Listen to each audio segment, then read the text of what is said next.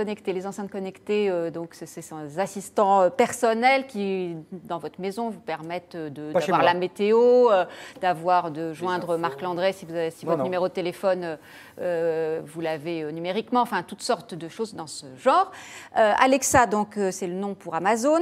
On a posé la question, c'était Alexa, qu'est-ce qu'un gilet jaune? Alors à la question, Alexa répond c'est un gilet de sécurité, mais c'est aussi un mouvement social qui a commencé en France en novembre 2018. Ces enceintes, on les trouve beaucoup aux États-Unis. Si vous voulez en savoir plus, je vous recommande une enquête qui est publiée par le site Les Jours sur ce sujet avec un journaliste qui raconte ses 6 mois passés en cohabitation avec une enceinte. Donc vous avez dit, pas chez moi, Marc. Vous en voulez pas?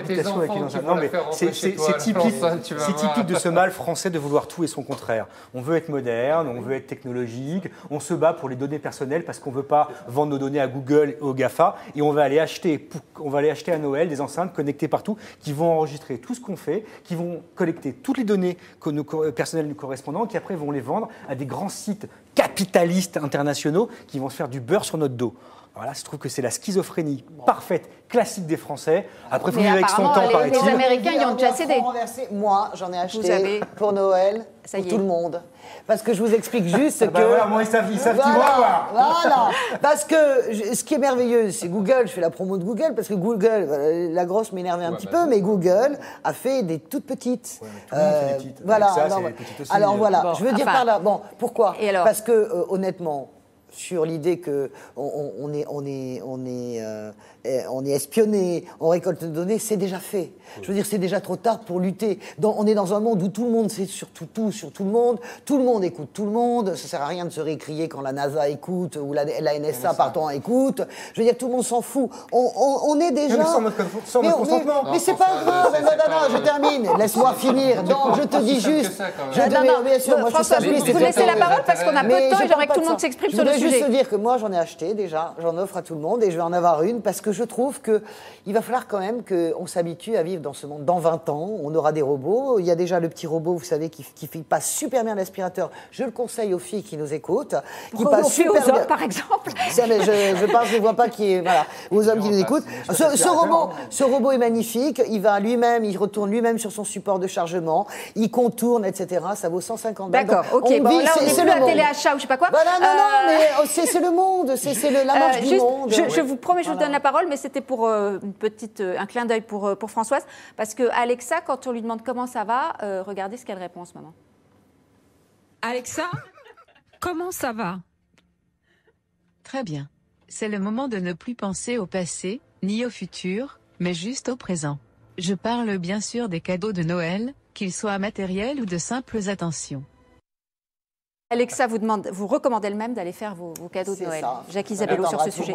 Pour tout savoir là-dessus sur l'intelligence artificielle, il y a une futurologue, le terme n'est pas très beau, qui tous les ans aux États-Unis s'appelle Amy Webb. Elle donne des conférences pour les journalistes américains et elle leur explique un peu ce qui peut se passer si l'intelligence artificielle est dévoyée. Et juste là-dessus, elle dit attention à la voix, parce qu'il y a un point qui est important, c'est que la voix va mécaniquement dans la tête des gens supprimer quelque chose qui pour vous journaliste est fondamental, c'est l'identification de la source.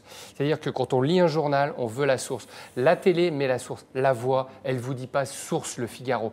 Et ça, Amy Webb explique et fait des scénarios en disant, voilà, si c'est mal utilisé, voilà ce qui pourrait passer. Et plus que ça, elle explique, alors c'est pas du tout une catastrophiste, hein, elle est au service des journalistes et ça cartonne aux États-Unis. Et elle explique la manière dont ça pourrait perturber un peu l'organisation démocratique si on ne maîtrisait pas ça correctement. C'est les deux aspects. Yves Mamou, une enceinte connectée chez vous? Non. Ça ne sert à rien, je trouve que quand on voit les questions qu'on pose, c'est comment allez-vous, ça sert vraiment. Non, si c'est pour poser ça. Non, mais est-ce que je peux parler? On peut demander combien d'immigrés en France, si par c'est exemple, pour leur demander ce genre de questions, ou allumer la lumière, ou etc., ça n'a aucun intérêt. En revanche, il est évident que les problèmes de vie privée sont importants et le législateur ne s'en occupe pas.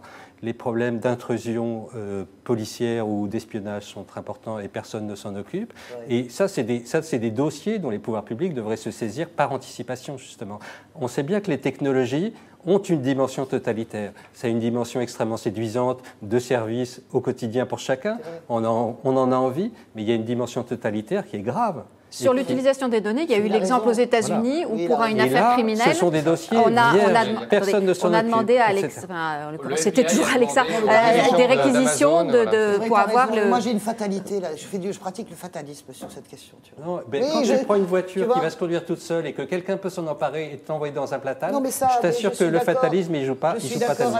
Quelques réactions de nos internautes. C'est déjà le cas avec les avions, bien sûr. Avoir Amazon...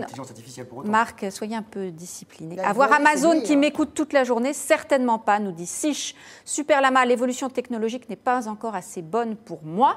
C'est interdit, on peut pas. Sandra nous dit pas d'espions à la maison. Qu'est-ce que ne peuvent pas faire les enceintes? Elles n'ont absolument pas le droit d'écouter.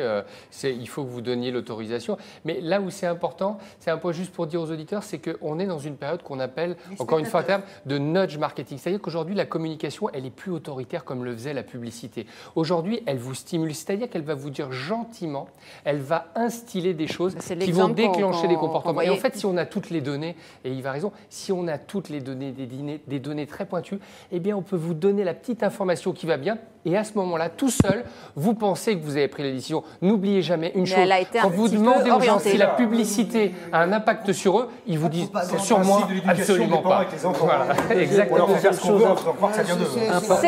pense qu'il faudrait dire par rapport à ça. C'est terminé pour aujourd'hui. Le dernier mot, c'est terminé. Non, c'est terminé, Yves Mabou. Le dernier mot à Blueberry Cake. À la place de Macron, on met Alexa, point d'interrogation. Merci beaucoup à tous les quatre. Merci à tous de nous avoir suivis. Et puis un petit hommage à Joseph Joffo, l'auteur d'un sac de billes qui est mort aujourd'hui. Le sac de billes écrit en 1973 et qui a sans doute séduit bien des générations. C'est vrai, incroyable. À demain pour un nouveau point de vue. Encore aujourd'hui.